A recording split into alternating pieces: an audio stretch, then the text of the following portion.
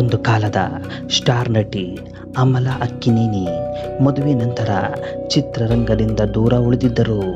ಇದಕ್ಕೆ ಅಕ್ಕಿನೇನಿ ಕುಟುಂಬದ ನಿರ್ಬಂಧ ಕಾರಣ ಎಂದು ಹಲವರು ಭಾವಿಸಿದ್ದರು. ಆದರೆ ಇಷ್ಟು ವರ್ಷಗಳ ನಂತರ ಅಮಲಾ ಅವರೇ ಮೌನ ಮುರಿದು ತಾವು ಸಿನಿಮಾ ಬಿಡಲು ನಿಜವಾದ ಕಾರಣ ಏನು ಎಂಬುದನ್ನು ಬಹಿರಂಗಪಡಿಸಿದ್ದಾರೆ. ಒಂದು ಕಾಲದಲ್ಲಿ ಅಮಲಾ ಅಕ್ಕಿನೇನಿ ಟಾಲಿವುಡ್ನ ಸ್ಟಾರ್ ನಟಿಯಾಗಿದ್ದರು. ಚಿರಂಜೀವಿ, ನಾಗಾರ್ಜುನ, ವೆಂಕಟೇಶ್ ಅವರಂತಹ ಟಾಪ್ ಹೀರೋಗಳ ಜತೆ ನಟಿಸಿ ಸೈ ಎನಿಸಿಕೊಂಡಿದ್ದರು.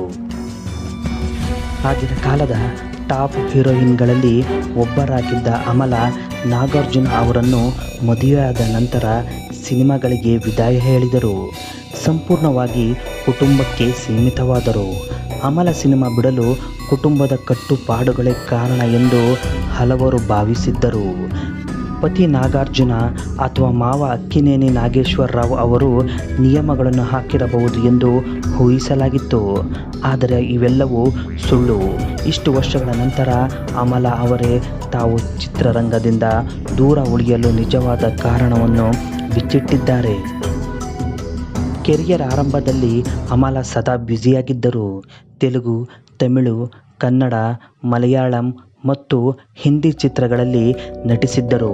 ಸುಮಾರು 7-8 ವರ್ಷಗಳ ಕಾಲ ಬಿಡುವಿಲ್ಲದೆ ಬೆಳಗ್ಗೆ 8ರಿಂದ ರಾತ್ರಿ 10 ಗಂಟೆಯವರೆಗೆ ಕೆಲಸ ಮಾಡುತ್ತಿದ್ದರು.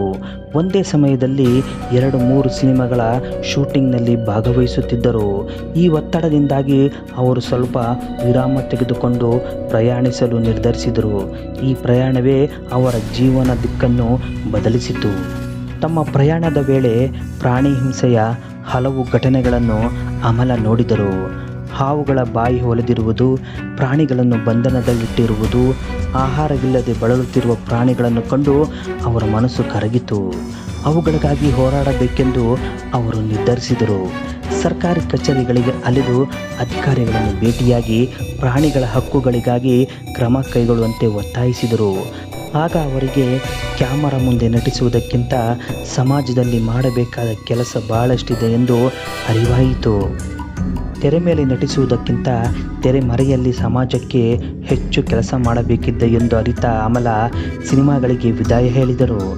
ನಂತರ ಅವರು blue cross of Hyderabad NGO ಸಹ ಸ್ಥಾಪಿಸಿ ಪ್ರಾಣಿಗಳ ರಕ್ಷಣೆ ಮತ್ತು ಅವುಗಳ ಹಕ್ಕುಗಳಿಗಾಗಿ ಹೋರಾಡಲು ಆರಂಭಿಸಿದರು.